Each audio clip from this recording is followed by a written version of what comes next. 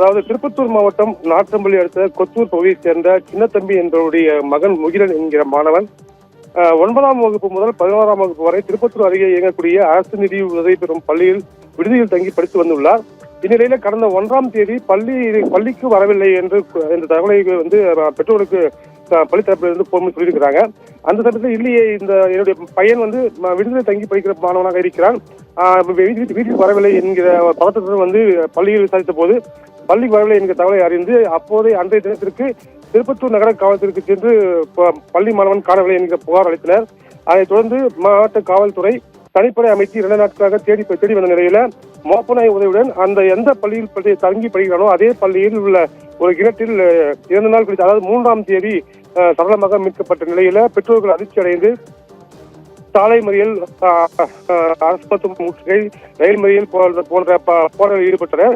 அதாவது என்னுடைய மகன் இறப்பில் சந்தேகம் உள்ளது என்ற குற்றச்சாட்டை முன்வைத்து அந்த முற்றுகையில் ஈடுபட்டு மறியல் செய்தனர்.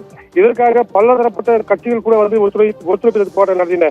அதிமுக, திமுக, தவேக போன்ற பல்வேறு கட்சிகள் இந்த மாணவர்களுடைய உறவுகளுக்கு ஒத்துழைப்பு கொடுத்து அவர்களும் போராட்டத்தில் ஈடுபட்டனர். இதனால் பெரிய பரபரப்பு ஏற்பட்டு மாவட்ட காவல்துறை சுமார் 1000க்கும் மேற்பட்ட தமிழ்நாடு காவலர்களை பாதுகாப்பு ஈடுபட்டனர். இதைத் தொடர்ந்து வேலூர் மண்டல ஐஜி மற்றும் மாவட்ட காவல் கண்காணிப்பாளர்கள் அந்த மாணவர்களுடைய உறவினர்களிடம் பேச்சுவார்த்தை நடத்தி உண்மையில் என்ன நடந்தது என்பதை உண்மையாக விசாரித்து நாங்கள் நடவடிக்கை எடுக்கிறோம் என்ற உத்தரவாதம் கொடுத்ததன் அடிப்படையில் கடந்த 5ஆம் தேதி பள்ளி மாணவர்களுடைய சடலத்தை பெற்றோர்கள் வாங்கி சென்றனர்.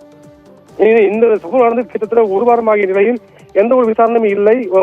காவல்துறை ஒருநிலை பற்றியவர்கள் விசாரணை நடத்துகிறது, எந்த ஒரு விடையும் கிடைக்கவில்லை என்கிற ஒரு குற்றச்சாட்டை வைத்து இன்று மாவட்ட ஆட்சியரை சந்தித்து முறையிடுவதற்காக நாம் தமிழர், பாஜக மற்றும் இந்து முன்னணி கட்சி நிர்வாகிகளுடன் இணைந்து மாணவ உறவினர்கள் மனு கொடுக்க வருவதற்காக வந்தனர். அந்த சமயத்தில் மாவட்ட காவல் கண்காணிப்பாளர் பாதிக்கப்பட்ட மாணவனுடைய உறவினர்கள் மட்டும் உள்ளே செல்லுங்கள், மற்றவர்கள் யாரும் உள்ளே போகக்கூடாது என்று ஒரு கோரிக்கை வைத்தார். ஆனால் அதை ஏற்றுக்கொள்ளாத அவர்கள் காவல்துறையிடம் வாக்குவாதத்தில் ஈடுபட்டதால் பெரும் பரபரப்பு ஏற்பட்டது. இதனைத் தொடர்ந்து சுமார் 50க்கும் மேற்பட்ட உறவினர்கள் உட்பட இந்து முன்னணி கட்சி நிர்வாகிகள், நாம் தமிழ் நிர்வாகிகள் என சுமார் 50க்கும் மேற்பட்டோர் மாணவ உறவினர்கள் அனைவரும் கைது செய்யப்பட்டு தற்போதைக்கு ஒரு தனியார் மண்டபத்தில் அடைத்து வைத்துள்ளனர். இது சம்பந்தமாக விசாரணை முழுமையாக நடைபெற்றுக் கொண்டிருக்கிற சமயத்தில் இது போல பரபரப்பு சம்பவம் பெரும் பரபரப்பு ஏற்பட்டுள்ளது.